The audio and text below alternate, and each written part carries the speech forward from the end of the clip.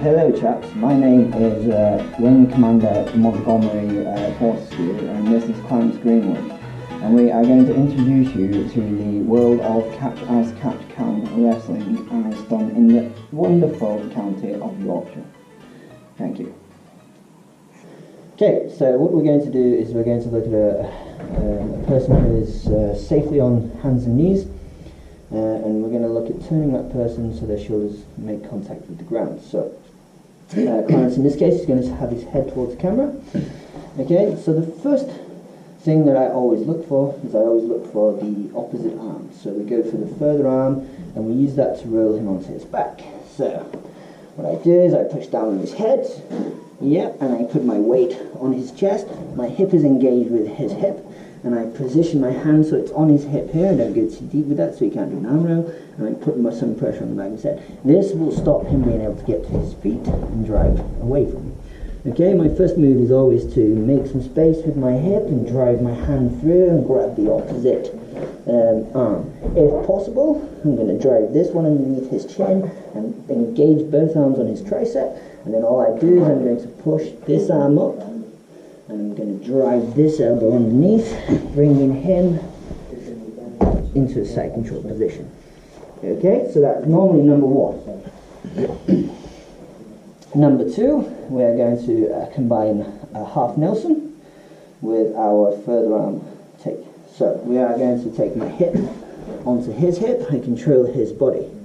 Okay, my first move in this case is going to be drive my hand underneath his armpit and take my hand onto the back of his head where I lay it tightly on here.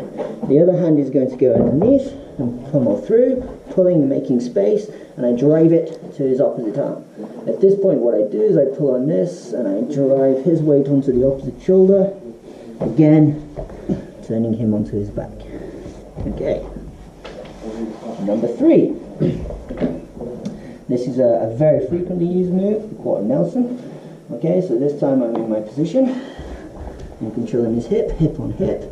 My hand goes on the back of his head. I'm going to make enough space for me to be able to force my own arm underneath his arm and go to my wrist.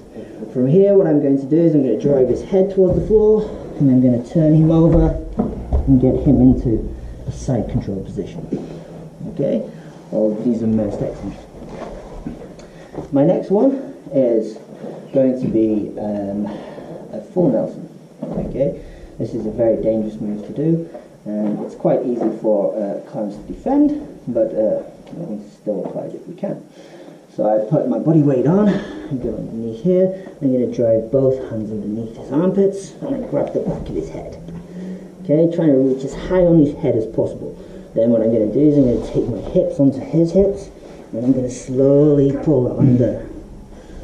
Okay, normally what happens is he will go to his belly, and the impact of the full Nelson is going to be worse.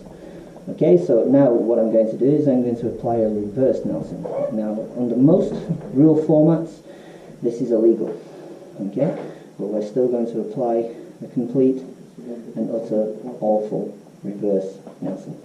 Okay, so from here in this position, I get here, I notice that his head is available for me.